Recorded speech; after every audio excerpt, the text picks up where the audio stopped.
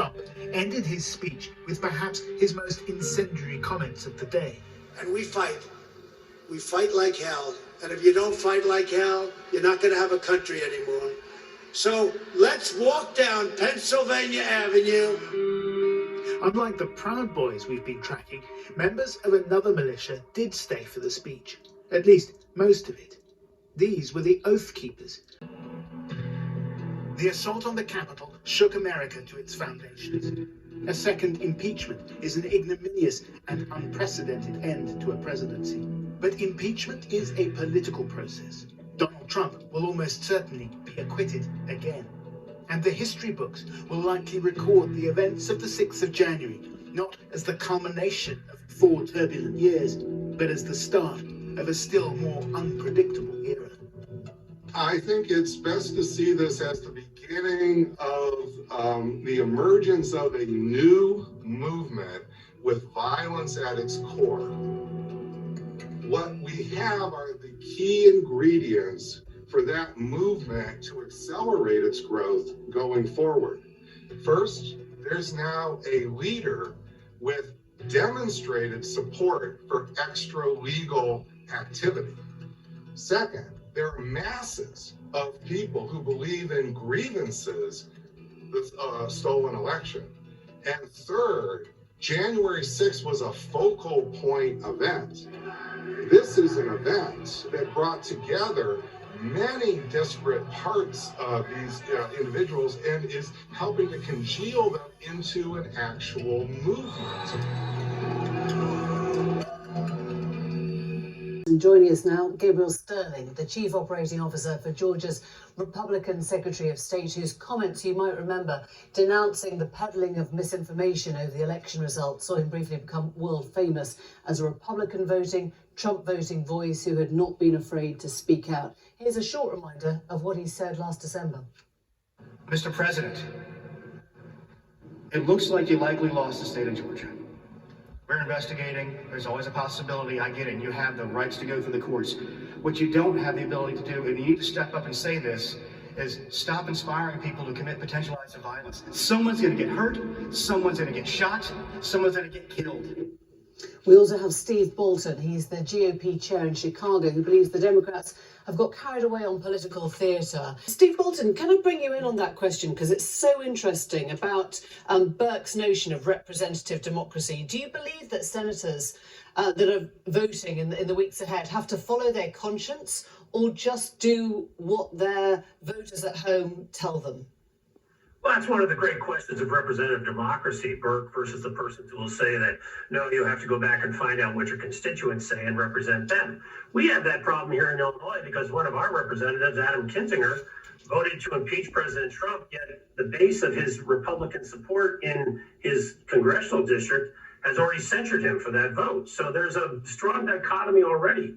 I tend to go more with the Burke aspect. I think that censuring Mr. Kinzinger is wrong. I don't believe in that. I believe in free speech. However, there's no doubt that the emotion about this is still strong.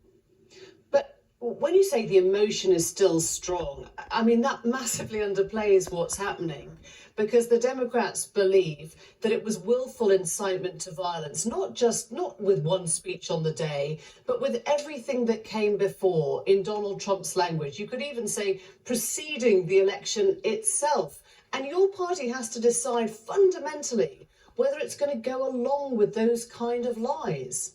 No, see, there's a false premise there. You're starting with it's a lie and therefore we have to act. My point is we're going to have a trial in the United States Senate. That's fine. Bring on the trial. Let's see what the evidence truly shows and whether they're truly convinced. Because my point is that this is a nation of laws and not of men. So President Trump is entitled to his action under law and not of men. And I note that in your own piece here today, you left out the fact that in his speech, President Trump called for peaceful demonstrations at the Capitol. Your quote of him cut out right before he said those words. You know, as well as I do, better than I do, this is not a criminal court. This is a political staged event.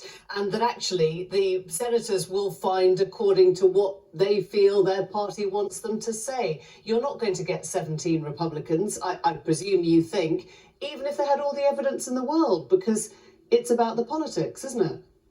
Well, that's your somewhat jaded viewpoint of it. My point about it is that many of the Republicans don't even think that this is a constitutional process at all because he's left office, and this is nothing more than a political show trial put on by Chuck Schumer and Nancy Pelosi in order to keep hysteria in Washington and across the country alive and well. I find that the Republican base actually is very strongly behind President Trump, and if anything, Nancy Pelosi and Chuck Schumer are making him stronger by turning him into a martyr. I wonder, Gabriel Sterling, whether you heard the end of our reporter's piece. It was Rob Page from the Chicago Project who said, we're beginning to see the emergence of a new movement with violence at its core.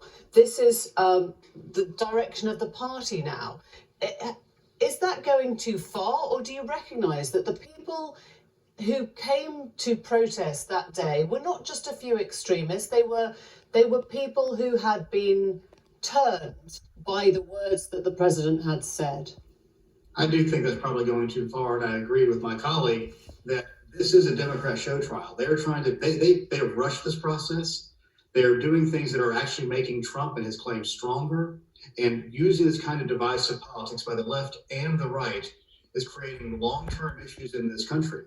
And by making him more of a martyr of it and rushing the process, and then, they wrote the impeachment articles in such a way that there was no way most Republicans would be able to vote that way. And I don't think it's the emergence of a basis of a new party or a new thing with violence at its core. And let's look at the one other thing that's happening here is Trump is a cult of personality to a degree right now. But if you look at what happened with Liz Cheney, was basically said a whole group of the, I want to call it Trumpian wing, I don't want to characterize it too much that way. She said, fine, give me a vote of confidence. And she won that vote 145 to 61 with one random president for some reason. So it shows a lot of these representatives and senators know what to do, but they're trying to handle the fine line of dealing with a base that Trump has a very strong emotional hold on, and the actions the Democrats are taking serve them politically, but doesn't serve the nation. They know what to do when the vote is secret. We all know that the Liz Cheney ballot was secret. Let me put that one to you, Steve Boulton, because at the moment, Liz Cheney, who spoke up against the behaviour of her party's president and voted for impeachment, her career was threatened more for rejecting dangerous conspiracies than Marjorie Taylor Greene was for believing them. Is that the direction that you are happy to see the Republican Party go in? No, but I think that the allegation that there's some new violent movement that is some sort of subset of the Republican Party is absolutely one of the most irresponsible things I've seen in media in recent weeks anyway. It's just not true. This is just hysteria that's being ripped up in the media. So there's no hysteria at all. It came from a report which is backed up from a study of the people in those crowds. And what they found was, I think the figure was 89% were not part of an extremist wing. It's quite the opposite. It's not that they were part of the Proud Boys. I totally agree with that. Right. It's not that they were part of the Oath Keepers. It's not that they were aligned to a certain extremist wing. It's that these were the people who moved to try and overturn a democratic result at the behest of their president. That's the question you're having to be faced with now as a party, because these people have grievances from what they've just been told. Well, ma'am, I would say the same thing I said to President Trump about his allegations of election fraud. I said, prove them in court. And he hasn't. And I actually, in my party, refused to even advertise the demonstrations on the 6th because I said the man has not proved his case in court. So I would put it back to you. And why don't we see what they can actually prove in court as opposed to in the news media? So when you say in court, you mean in a Senate trial? The Senate and the Court of Appearance. Let's see what kind of evidence they come to. And also the American people will make their own judgment. But to start out with premises, as is going on here, I think is just wrong. The same way I said to President Trump, if you can prove your case, prove it. I say to the Democratic senators, if you can prove it, and the House managers, if you can prove your case, prove it. What happens over the next few weeks will define your party's political fortunes, presumably for the coming years. You'll recognise that. I don't agree with that at all. I actually think I don't agree with that. Let me bring in Gabriel Sterling. Go on. You don't think anything that matters over the coming weeks will define the direction of the Republican Party? Is that what you're saying? They're defining the direction of the Republican Party as primaries. And, some of the actions are going to happen here. With this media environment we have today, this is going to be ancient history by the time anybody goes back to the ballot box again. Do you think that the grip that Donald Trump has currently over the Republican Party will last? I don't think so.